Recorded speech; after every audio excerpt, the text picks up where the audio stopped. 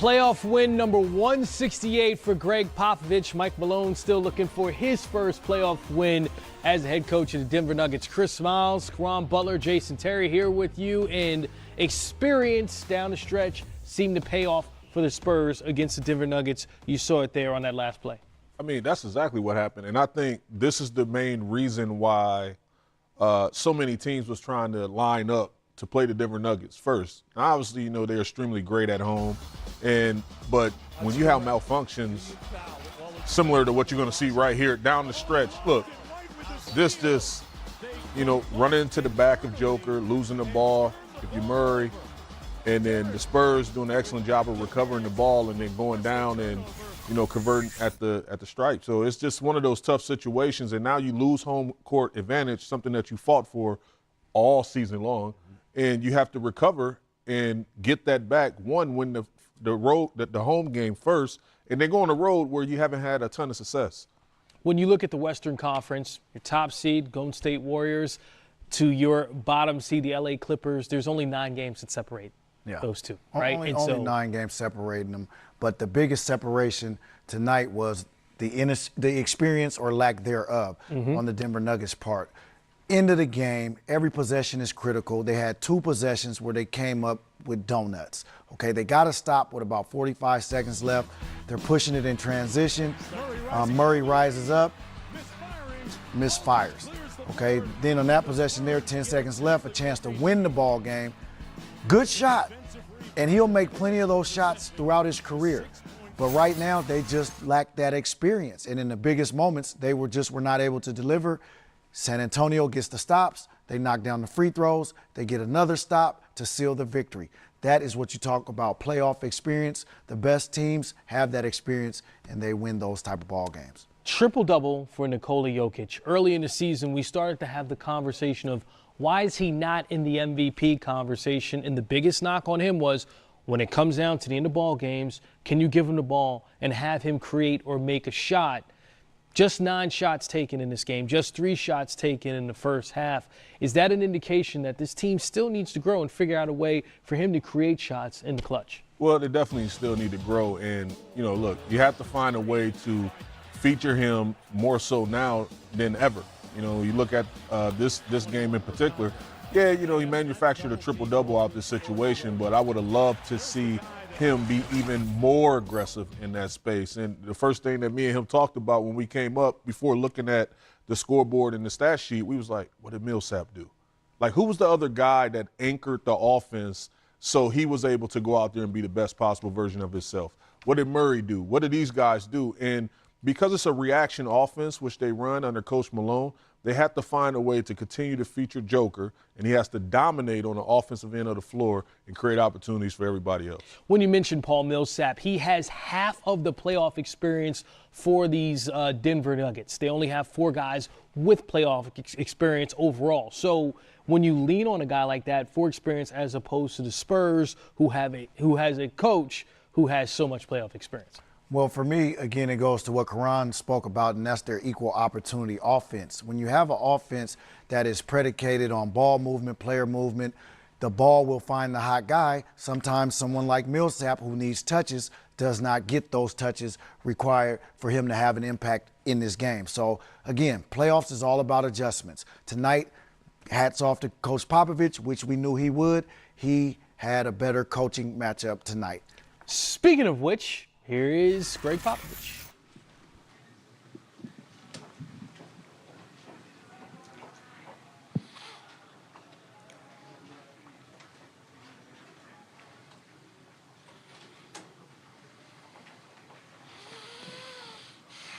Coach, how important was it to hold Jokic to only 9 field goal attempts tonight?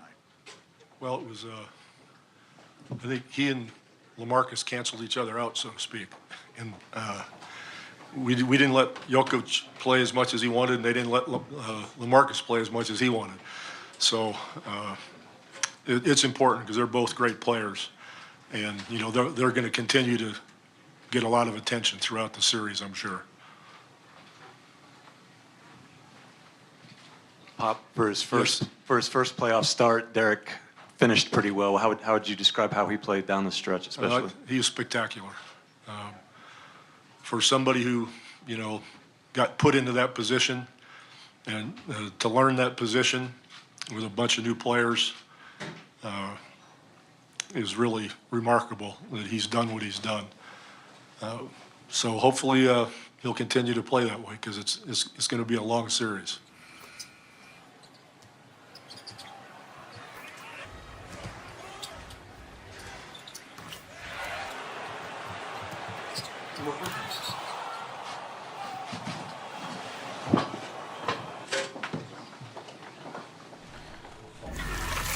So Greg Popovich, third all-time in playoff wins in NBA history, needs 3 more to catch Pat Riley. And do you think he gets it done in this series as a 7th seed against the 2nd seed, the Denver Nuggets? Well, now I think it's going to be a long series. So it's definitely going 6 or 7, clearly. It won't be a gentleman's sweep in this situation. I think the Denver Nuggets are going to obviously fight back, and, it's going to go to San Antonio, possibly 1-1. So it's just one of those situations in which I feel like he's such a decorated coach. You can't tell the story of basketball without mentioning him and the history and what he's done. So definitely at some point during this series, he tapped into that. It's highly likely that he will pass Pat Riley in this series. And again, I think experience wins out. I'm still not off the Denver Nuggets bandwagon. I just think the lack of experience hurts them. And in a game where your best player, you're talking about Nikola Jokic, only scores 10 points on 9 shots, not enough attempts. And I think the game plan for San Antonio was, if he gets it in the post, we're going to double, make him a facilitator. If he gets it out front, we'll make sure we stay in front of him and keep him off the free throw line. In this game tonight, Jokic, 2 free throws. So that just tells you about his aggressiveness or lack thereof. And when we watch the end of the game, forget what happens in the first half, just 3 shots. But when it came down to winning time, other players taking those shots at the end of games. And we've seen the Nuggets evolve late in the season. It was Jokic finding ways to score. Now, on the other side of that, LaMarcus Aldridge, you heard Pop say it, okay, they wanted to take him out of the game, 6 for 19. Yeah. So he got his shots up. Yeah, he still got a high volume of shots, in which Jet just touched on. You have to find a way to continue to feature Joker in every situation.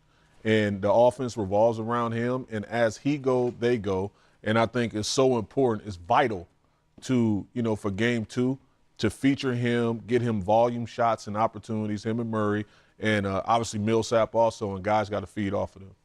Mike Malone still looking for his first playoff win as a head coach. Really keep this game close instead of letting these leads consistently get bigger and bigger like it was tonight. Well, we did make it close, right? I mean, we took the lead, I believe. So, we struggled to make shots, 6 of 28 from 3. Getting to the foul line helps. Got there 24 times. That third quarter, our defense was phenomenal. We just couldn't score. Held them to 13 points. We only scored 17. Gary Harris had an attack mindset. If your jump shot's not going, drive to the basket, draw free throws, create plays for your teammates. But I tell you, we had a lot of wide open shots that didn't fall for us tonight, and hopefully they'll fall on Tuesday night. Mike, in that thing was the third quarter there, 62-59. It almost appeared that both teams were looking for like a knockout punch at that point. Yeah, I mean, that third quarter was just back and forth. Obviously, in that first half, we didn't play the best of our abilities. They double-teamed Nikola, and he did a great job of making plays for his teammates. And a lot of those guys are playoff tested. Tonight was the first game for many of our players, but I thought we did a good job. We competed. We gave ourselves a chance down the stretch. And, the difference tonight wasn't Aldridge and DeRozan. I thought we did a pretty good job on those two. Brent Forbes, Derek White, and Rudy Gay were the difference makers. Coach, we've talked about Jokic's shot selection and aggressiveness all season long. What'd you see from him tonight? And you mentioned he made great plays out of the double. Did you wish he maybe shot a little more, or were you comfortable with his approach? No, he had a triple-double, 10 points, 14 of rebounds, 14 assists.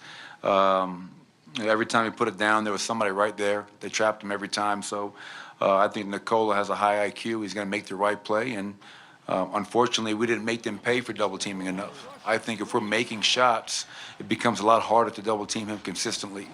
They stayed with it because we couldn't make a shot. So that was the tough thing about it. But I love Nikola's approach. I love his playmaking. I love his passing. Had a chance to go ahead with about 13 seconds left there, and Jamal got a really good look. Just what was the call in that play. Can you just take me through it? Yeah, it was just a high pick and roll, with Jamal and Nicola. And if we didn't like that look, throw it back to Nicola and let's play backside action with Nicola and Gary. Nicola and Gary had great chemistry and synergy in that second half, and Gary was playing well. But as you mentioned, I thought Jamal's look was a uncontested pull-up jump shot that he's made 1,000 times, and he'll make it again. Did you sense any nerves from your guys, or was it just missed shots? No, I didn't think it was nerves. I didn't sense that, Harrison. We missed shots.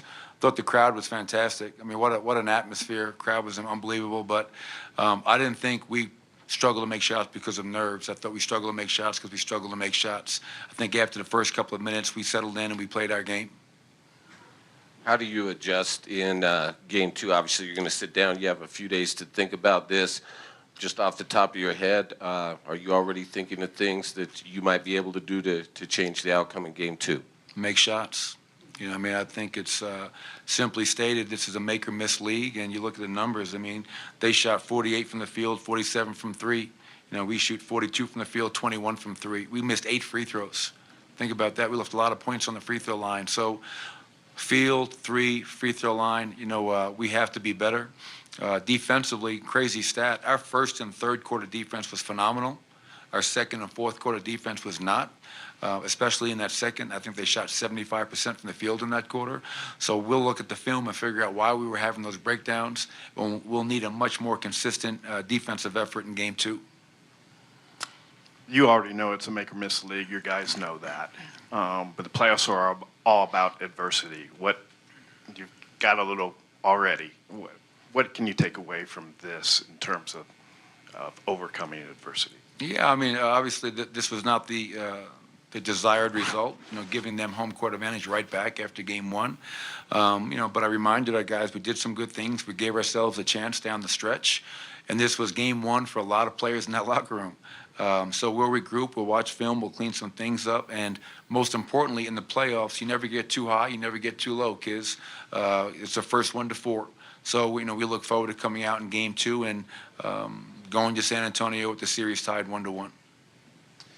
Did you feel that your defenders were really getting into the Spurs guys? And obviously they hit 7 of 15 from 3-point range. But did you feel like you guys defended them well and pressured them well? I'll have to look at it, Mike. I thought at times we did. There were a couple of times when I thought Torrey Craig played phenomenal defense and DeMar made a hell of a shot. But the 3-point line, a couple of times we got disconnected with their shooters. Brent Forbes, we went under. Marco Bellinelli, we took a body off. And that's where the discipline comes into play. You make a mistake, game plan, personnel, they're going to make you pay. And we have to be better than that. And just those 6 points right there is a huge difference. That can make a huge impact on the result. So overall, I thought we did a decent job. But there were definitely times when we were not as physical and not as connected as we needed to be.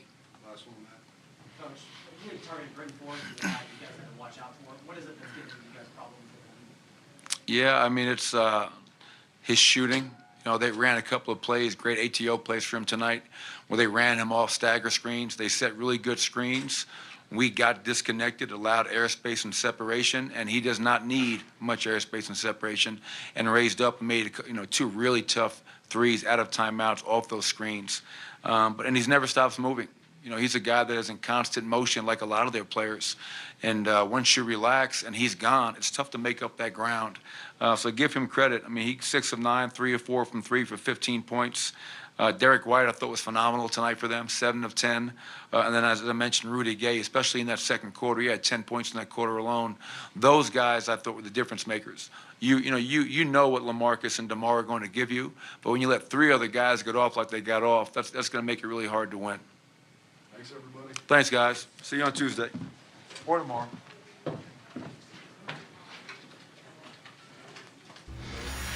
Denver Nuggets head coach Mike Malone. Let's welcome in Joe Borgia, Senior Vice President, Replay and Referee Operations. Okay, Joe, a few plays to talk about from today's games. Play number 1, during the first quarter of the Nets 76ers game, Jared Allen was called for an offensive basket interference violation as he attempted to throw down a putback dunk. Joe, tell us what you saw in this play. So our rule is a player is not allowed to be hanging on the rim when the ball contacts the rim. They're not allowed to pull the rim down to an off-center position and the ball hits the ball. The ball hits the rim when it's off-center. And on this play, Jarrett releases the rim, and as it is going back to a normal position, you see the ball pop out of there, and it takes an unnatural bounce. Well, that is also illegal. So since it was by an offensive player, that's offensive basket interference. If it was a defender, it would have been goaltending. Play number 2 during the fourth quarter, Magic and Raptors. Kyle Lowry was fouled as he maneuvered around a screen and wanted free throws after the foul was called, but officials called the foul on the floor. How was this play interpreted by the officials? Well, on a jump shot, in order to get continuation, the player has to be in his upward motion to shoot. And what you're going to see here, Michael Carter-Williams fouls Kyle on his right arm as he is trying to bring the ball over so he can start his shot. And that is not the shooting motion. So even though the ball was coming up in his left hand, that is not the start of the shooting motion. You've never seen a player shoot a jump shot with, first of all, with their offhand, but let alone one hand on the outside. So until he gets full control of that ball and starts upward to shoot, that's prior to and that's non-shooting foul. Finally, during the third quarter of the Clippers-Warriors game, Steph Curry was called for an offensive foul as he came up the court in transition. Joe, what happened on that play? Well, you know, we've had a lot of emphasis on freedom of movement, and the defenders, are a little bit at a disadvantage. Well, the competition committee, along with other stakeholders, to create a balance between offense, defense, we have an emphasis that offensive players are not allowed to extend their arms to sort of create space. And as you could see there, Curry extended his right arm and pushed the hip of the defender to create just enough space, and that's why that was an offensive foul. Joe Borgia, thank you for your time, and thank you for breaking those plays down for us. You're welcome, Chris. LaMarcus Aldridge, not his best shooting night, but the Spurs come out with the victory over the Denver Nuggets in the first game of their first round series, 101-96. You're watching Game Time Live, presented by State Farm.